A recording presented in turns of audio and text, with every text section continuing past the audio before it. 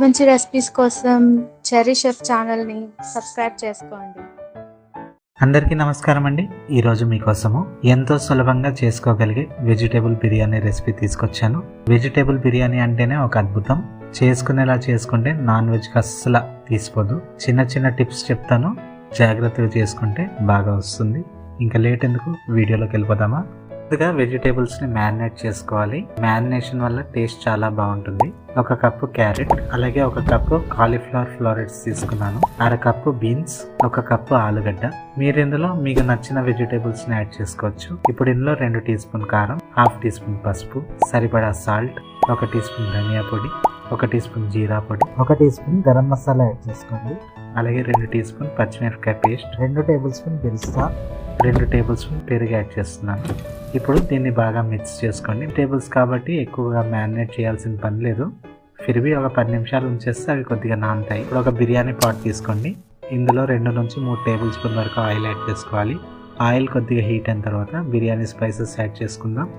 1 tea spoon షాజీరా, 4-5 లవంగాలు, 4-5 యాలకులు, 2 దాల్చిని, అలాగే 1 టీ స్పూన్ సోంపు యాడ్ చేసుకోండి. 1 టీ స్పూన్ మిరియాలు, 1 బిర్యానీ ఆకు యాడ్ చేసుకోండి. ఇప్పుడు వీటిని బాగా మిక్స్ చేసి మంచి పరిమళం వచ్చేదాకా వేయించాలి. ఇవి వేగిన తర్వాత స్లైసెస్గా కట్ చేసుకుని 1 ఉల్లిపాయను యాడ్ చేస్తున్నాను. అలాగే 3 మిరపకాయలను యాడ్ చేసుకుంటున్నాను. వీటిని బాగా మిక్స్ చేస్తూ ఉల్లిపాయ గోల్డెన్ బ్రౌన్ కలర్లో వచ్చే వరకు వేయించాలి. ఇప్పుడు 1 టేబుల్ స్పూన్ అల్లం వెల్లుల్లి పేస్ట్ యాడ్ చేసుకోండి. దీన్ని పచ్చివాసన పోయే వరకు వేయించాలి. ఇప్పుడు మనం మ్యారినేట్ చేసుకున్న వెజిటేబుల్స్ని యాడ్ చేసుకోండి. వీటిని 5 నిమిషాలు వేయించండి. వెజిటేబుల్స్ కాబట్టి త్వరగానే కుక్ అయిపోతాయి. 5 నిమిషాలు వేయించండి, సరిపోతుంది. ఇప్పుడు నేను ఇందులో 70% కుక్ చేసిన బాస్మతి బియ్యాన్ని యాడ్ చేస్తున్నాను.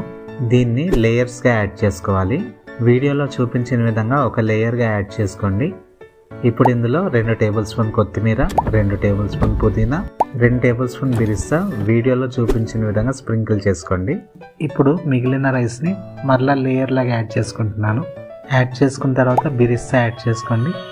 ఇప్పుడు ఇందులో స్పెషల్ ఇంగ్రీడియంట్ ఏంటంటే, మనం రైస్ బాయిల్ చేసిన హాట్ వాటర్ ఉంటుంది కదా, ఆ ఫ్లేవర్డ్ వాటర్ని ఇందులో యాడ్ చేసుకోండి.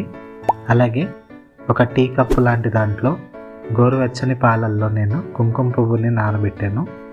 వాటిని కూడా ఇందులో యాడ్ చేస్తున్నాను. దీనివల్ల మంచి కలర్ మరియు ఫ్లేవర్ వస్తుంది. యాడ్ చేసుకున్న తర్వాత దీన్ని కవర్ చేసి ఒక 15 నుంచి 20 నిమిషాల వరకు దీన్ని ఉడికించాలి. వీడియోలో చూపించిన విధంగా రైస్ అనేది ఫ్లఫీగా పిచ్చుకుంటే రైస్ ఉడికినట్టు అర్థం చేసుకోవాలి. ఇందులో 2 టేబుల్ స్పూన్ కొత్తిమీర, 2 టేబుల్ స్పూన్ పుదీనా యాడ్ చేసుకోండి.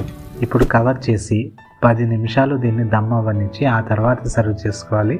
అంతేనండి. ఇలా చేసుకుంటే వెజిటేబుల్ దమ్ బిర్యానీ చాలా చాలా బాగుంటుంది. ఎక్స్పెరిమెంట్ చేయండి. వెజిటేబుల్స్లో కాదేది అనర్హం. ఏ వెజిటేబుల్స్ అయినా యూజ్ చేసి మీరు మంచి దమ్ బిర్యానీ రెడీ చేసుకోవచ్చు. మీరు ఈ రెసిపీని ట్రై చేయకపోతే చాలా చాలా చాలా బాగోదు. మరి ట్రై చేస్తారు కదా. వీడియో నచ్చిందా? అయితే లైక్ చేయండి. ఛానల్ ఇంకా సబ్స్క్రైబ్ చేసుకోకపోతే వెంటనే సబ్స్క్రైబ్ చేసుకోండి. మీకేమైనా రెసిపీ కావాలా? అయితే కామెంట్ చేయండి. మరి ఒకసారి మరి ఒక మంచి రెసిపీతో కలుద్దాము. ఇంకా సెలవు, ఉంటానే.